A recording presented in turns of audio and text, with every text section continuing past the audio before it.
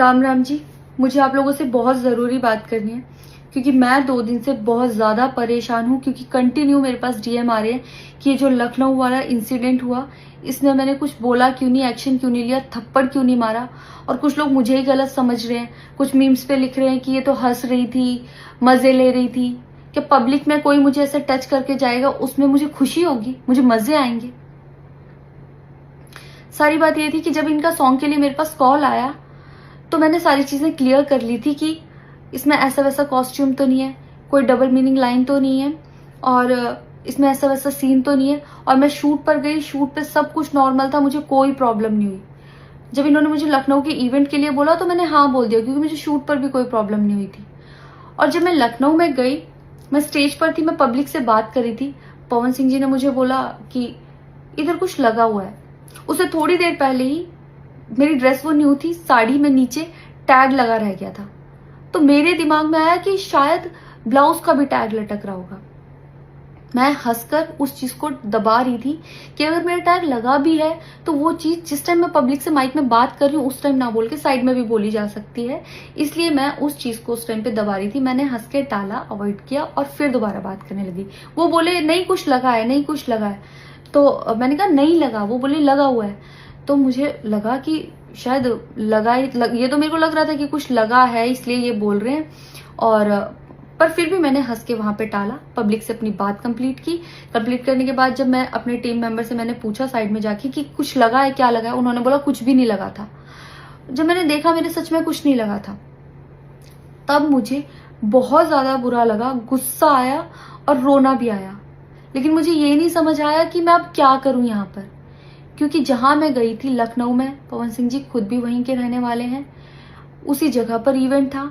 जितना वो क्राउड था वो सारा उनका फैन बेस था। उनको भगवान बोल रहे थे और भक्त बोल बोल के उनके पैरों में गिर रहे थे। वो उनका फैन बेस था, क्राउड था। तो मुझे समझ नहीं आया कि मैं क्या करूं। अगर मैं कुछ भी बोलती तो क्या वो लोग मुझे सपोर्ट करते। मेरे साथ कुल 3-4 बंदे यहाँ से गए थे, तो वहां जितना क्राउड था क्या वो लोग मेरा साथ देता। मैंने सोचा मैं बैक स्टेज जाके बात करूंगी। इतनी देर में थोड़ी देर रील्स बन के अचानक से वो उतर के चले गए बीच में ही इवेंट के।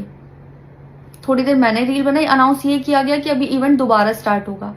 डिनर के लिए अनाउंस कर दिया गया, मैं भी उतर के चली गई और इवेंट वहां पे खत्म हो चुका था। अनाउंस किया गया था सिर्फ कि दोबारा होगा। नेक्स्ट डे जब मैं घर आई तो मैंने देखा ये बहुत बड़ा मैटर बन चुका था।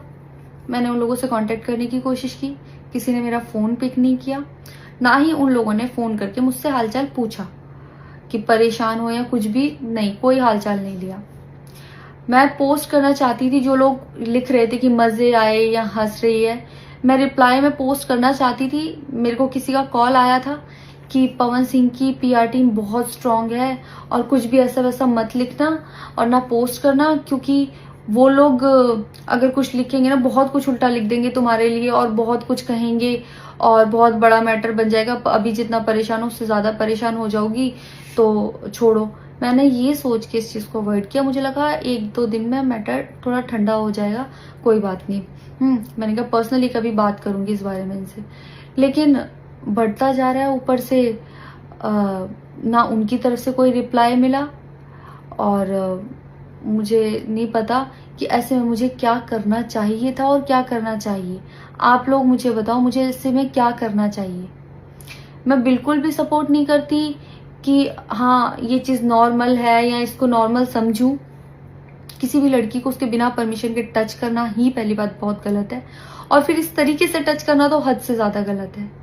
यही सेम चीज अगर हरियाणा में हुई होती ना तो मुझे जवाब देने की जरूरत नहीं पड़ती। यहाँ की पब्लिक अपने आप जवाब दे देती, यहाँ की ऑडियंस फुल सपोर्ट करती और जवाब देती। लेकिन मैं उनकी जगह पर थी, वो यहाँ पे नहीं थे।